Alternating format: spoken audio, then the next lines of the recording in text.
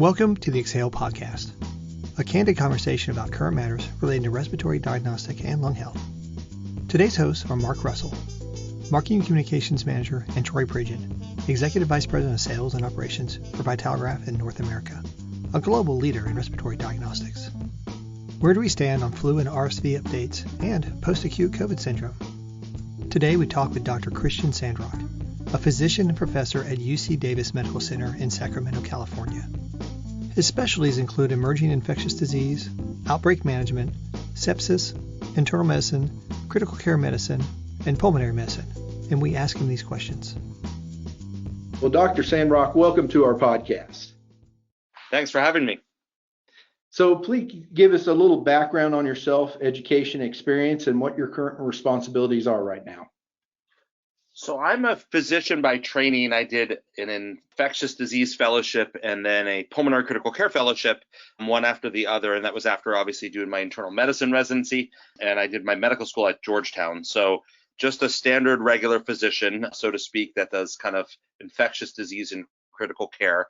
I spent a little bit of my time initially working in the public health world, outbreak management, mostly with respiratory illnesses and highly contagious illnesses. And I sort of came through my fellowship with SARS-CoV-1 and the first SARS infection, as well as anthrax.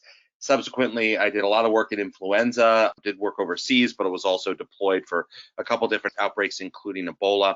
And then pretty much the last couple years, I wanted to just get back and be an old school critical care physician, which is what I spend most of my time doing, which includes, a lot of ventilator management, ECMO, and other alternatives as well. But unfortunately, COVID and the pandemic sort of pulled me back in to a degree, kind of like the mafia pulls you back in, even if you try and get out. So I did a lot of outbreak management again around this pandemic from multiple avenues. So that's really my bigger background overall and sort of where my interests have lied. I've always enjoyed respiratory infections in general, not that you enjoy them, but the variability and the rates of contagiousness and how you sort of manage patient and equipment interfaces has been an interest in mine for a while. Well, that's funny. Yeah, no, I think a lot of people felt pulled back in by COVID. Obviously, being a respiratory diagnostic company ourselves, it threw us for a loop. And, especially with the last several months, one of the things I've been very curious about, we saw the emergence of, RSV big time, but much more so than we'd seen it recently. And of course, our old friend, the flu, hasn't gone away either. Is it possible to be infected with multiple viruses at the same time? Absolutely, actually. And if you go to the CDC website, they will talk about the management of co-infection, whether it's SARS-CoV-2 and influenza or RSV and influenza or any combination thereof. And multiple infections is certainly possible and plausible. And at times, it's part of the natural progression of where we see things sort of go. Right now, they're using this word, the triple pandemic or the triple-demic. It's interesting to see how that is part of the lingo in the language. What's really been surprising, and I'll mention, I guess, two things here. What's really been surprising is sort of the change in the off-season nature that we've really had with RSV and influenza, because normally, we're up here in the Northern Hemisphere. In the United States, we're going to have our peak flu seasons are usually generally around roughly January to February. And that's really where things kind of will take off. And if you noticed, here in the fall of 2022, we've really had an early takeoff of RSV and influenza.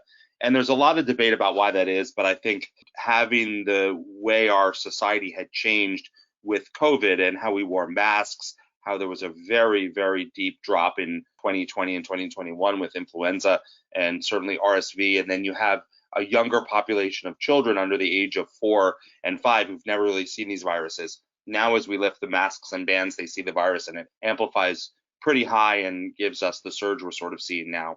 But back to your original question, where can you be infected with more than one virus? Absolutely. SARS-CoV-2, RSV, and influenza all use different receptors to enter the cells. They're different families of viruses, but if you have different strains, so for example, 2 different strains of influenza, an H3N2 and an H1N1 infecting a patient at the same time, that's how we actually get this genetic reassortment and these changes and new viruses coming out. So that's actually even part of the natural evolution for these viruses as well. Well, I know I was real excited to have you on today because it seemed like the media has kind of moved on a lot about this COVID, RSV. It just seems like everybody's tired of it, but it was nice to have a kind of an update of what's going on out there in the trenches still. What is PACS after COVID? And we've heard a lot of prolonged and distressing symptoms, which are arising several weeks to months after the exposure of COVID. Yeah, so PASC is the technical term for long COVID. So it stands for post-acute sequelae of SARS-CoV-2 infection. And that's kind of the universal name that is, I don't even know now if it's the World Health Organization or the scientific body sort of agreed upon, but the layperson's term is really just long COVID. And what essentially that is prolonged symptoms, and usually the World Health Organization and the CDC uses a cutoff of about 60 days from acute infection. So if you have COVID, it's acute COVID infection, and at 60 days after that acute infection, you still have active symptoms. That sort of kind of defines itself as past or long-term COVID. Now, within that world, there's a ton of different collections of symptoms you may have. The most common is actually fatigue. You also can certainly get, the term brain fog or memory and cognitive issues. People will have chest pain, shortness of breath, a number of other rheumatisms. So there's a real wide collection of symptoms that come with past or long COVID. And there's a couple things that are really interesting with it. The first, and a couple papers have come out more recently, is that people who do not have severe COVID, so they'll get COVID, it's symptomatic, but they're never admitted to the hospital, they may or may not see their physician, that appears to be the highest rate of the subgroup that's getting past or long COVID right now. We do know that early in the pandemic, when before we had vaccines and people were admitted to the hospital with severe COVID, they did have these prolonged symptoms months later. But as we know, if you come into the hospital and you have influenza and you're admitted to the ICU, or you have a trauma or a heart attack and you're in the ICU for 30 or 60 days, many of the symptoms you have after that long ICU stay is very similar to what we saw patients with COVID as well. So basically this post-ICU syndrome or a long ICU stay overlaps with PASC a lot. So sometimes it's hard to pull those two out is from a symptomatic standpoint. But we do know that patients who had mild non-hospitalized COVID or moderate non-hospitalized COVID will get these prolonged symptoms. And we are seeing that maybe to a lesser extent because the cases are less severe, the variants have changed, and vaccination rates have been high. But we do still see cases with it. And some patients are pretty profoundly debilitated. And there's a number of different theories what's behind that. There's not one subgroup of patients that tends to be worse than others. But I will tell you in my clinic, I'm still seeing patients who got infected in March or April of 2020. They still have hypoxemia on exercise or low oxygen levels. Their heart rate still goes through the roof. They're still severely deconditioned and they can't exercise or do some of the normal things that they want to do. So it can be pretty profound. Yeah, all of that really hits kind of close to home for me. My wife developed COVID, and this was relatively early on during the pandemic, but has since, continued to have shortness of breath and has asked me, what do you think? How long do you think this will last? I'm like, I just don't know. I don't have a clue. It could be gone tomorrow. It could be there for the rest of your life. So it's interesting that you kind of give us some insight on what we do call long COVID. It's just kind of the general way of lumping all of that together. I'm curious though, so when you see people that, particularly with the respiratory, the shortness of breath, is there evidence of pulmonary fibrosis or scarring of the lungs? Is that something that you commonly see? And are there any sort of emerging treatments or recommendations of how do you monitor it? That's a good question. We don't always see classic changes consistent with pulmonary fibrosis. So meaning if we were to get a CT scan of their chest, would they have fibrotic changes consistent with pulmonary fibrosis? And not necessarily. We do see cardiac and pulmonary dysfunction though. So if we were to get pulmonary function testing, for example, or do what we call a cardiopulmonary exercise test and stress you and see how much oxygen you consume, how much carbon dioxide you produce, determine your anaerobic threshold, those are abnormal. And there appears to be on a microvascular level, so on the small vessels in the body, there appears to be some damage and abnormalities that happen leading to shunting and dysregulation of what we call our autonomic nervous system. So it may be when our lungs, for example, have been really good about constricting blood vessels and directing blood flow to the most productive parts of our lungs, that is damaged and altered in the post-COVID state. Or we may not have, for example, our heart rate that is regulated in a reasonable way and works with our blood pressure in our lungs in concert to provide the most adequate blood flow and extraction of oxygen. And that's where we see a lot of these patients really struggle with shortness of breath. Now, the reason behind that is many, but SARS-CoV-2 binds to the ACE receptors, and these are found endovascularly throughout the body. We do know that SARS-CoV-2, which is somewhat different than influenza and RSV, not only replicates in the lungs, but spreads throughout the body. So you subsequently will get it, obviously that's why you lose a sense of smell. It's also in the CNS and the nervous system and other areas. So it does affect the blood vessels, and that change leads to things such as microvascular clotting or clots at a small level, like I mentioned, some autonomic dysfunction, and it's really pretty profound. But what's fascinating is some people may have purely shortness of breath. Other people have no cardiac and pulmonary abnormalities, but they have complete brain fog and they can't think and concentrate and are profoundly fatigued. And linking those disparate symptoms together with the same mechanism of action has been hard. Certainly the shortness of breath, chest pain, and cardiac abnormalities all appear to be this microvascular change, but some of the central nervous system portions may be these same microvascular changes, but they also may be a direct effect of the virus on the brain. So it's really quite fascinating. And there's a lot we need to learn. And I'm sorry, I keep talking a lot, but the other thing with emerging treatments, there's nothing that's really been a slam dunk thus far. What we do know is that patients who have a lot of CNS related issues, so whether they have a loss of smell, brain fog, what we've done is that using an SSRI, so a serotonin reuptake inhibitor, something like old school Prozac or Lexapro, we found that actually provides a little bit of help in providing improvement in the brain fog over the long term. So it's a very slow process. It's kind of like putting a cast on a broken leg. You use this SSRI, it's kind of a cast in the brain, and it allows our neurons in our brain to heal a little bit better, but it's at a glacial pace.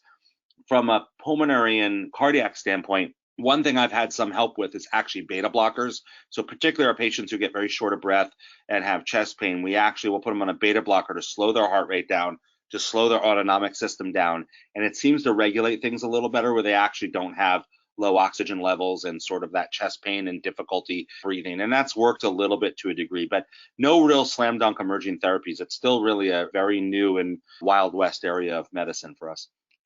So can long-term COVID people still infect other people? Is there any evidence out there?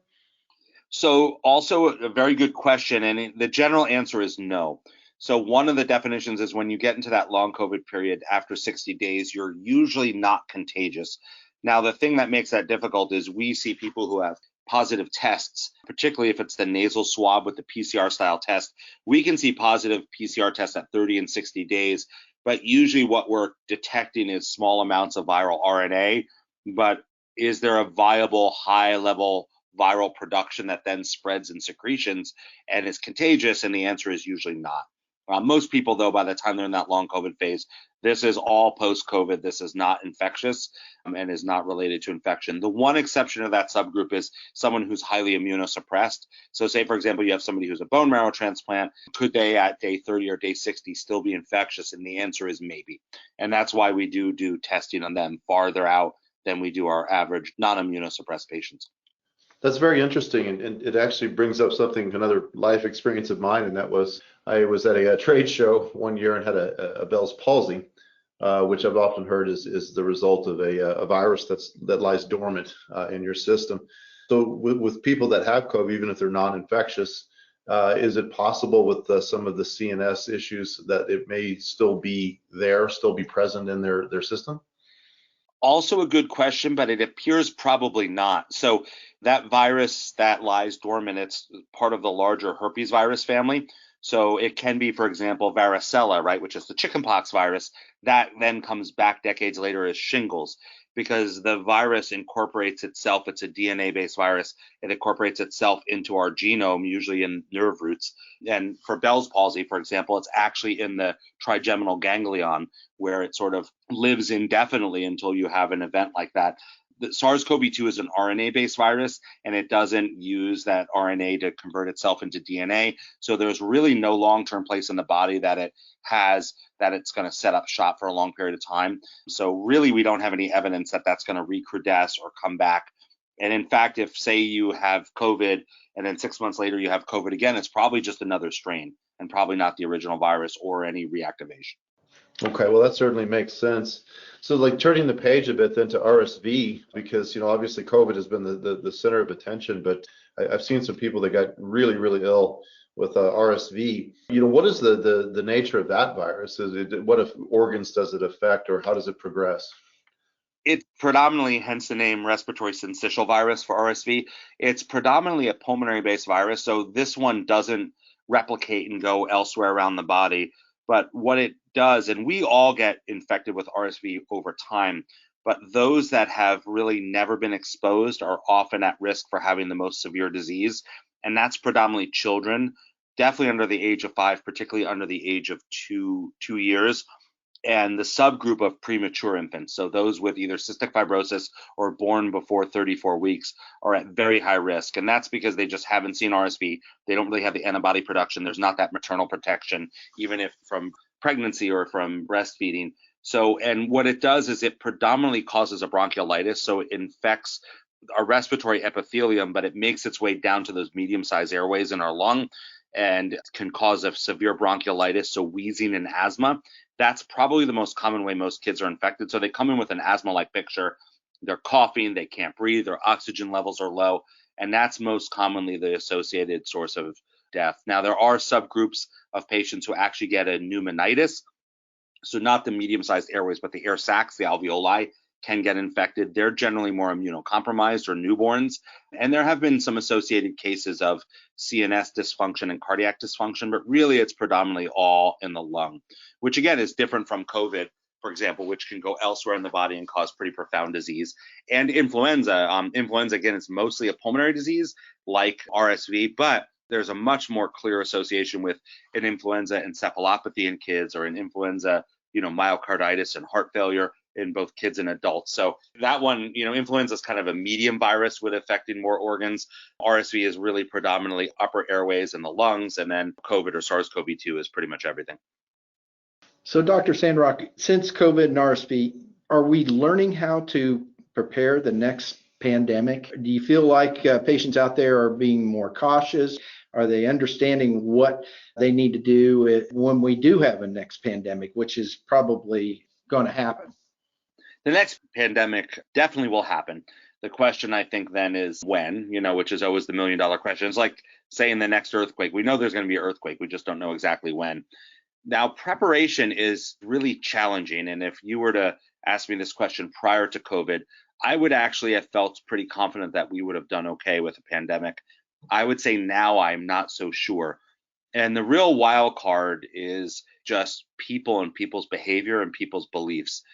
I think we have, as a society for a long time, have underinvested in healthcare and in public health. And we know this, and you guys know this from just managing patients. We have a lot of patients, most of our patients are more sick now than they ever have been with chronic illnesses, whether it's diabetes, hypertension, obesity, heart disease. There's just been a lot of chronic health illness that's really put us at risk for having severe outcomes from these pandemics. That's the first thing. The second is, our healthcare infrastructure is sort of really already on the edge even before the COVID pandemic, or worse after that. You can imagine we've read so many articles about burnout among healthcare staff, getting adequate and well-trained staff to cover all these healthcare facilities and hospitals.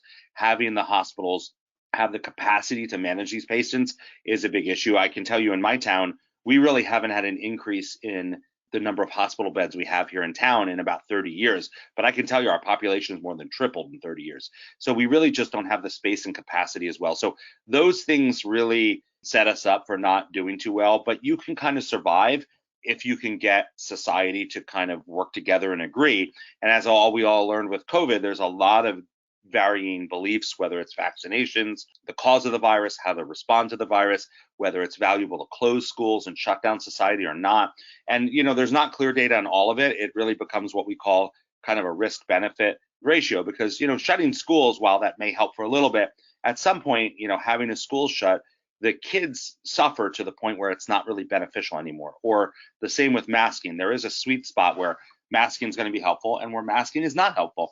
and we actually have some adverse events from it. So I think determining how best to manage these larger societal issues really is helpful. And I think that's the part we have not done very well. If you look at all the literature, the one country that seems to have done reasonably well around this, surprisingly, is Norway. And what they did is they actually had a group, and I can't remember the exact translation, but the sole point of the group was to actually critique and look at how society and particularly how physicians and the healthcare community was responding to the pandemic, and actually make comments. So they were kind of like, if you watch a football game, they were sort of the expert or the color commentary on how the game was going.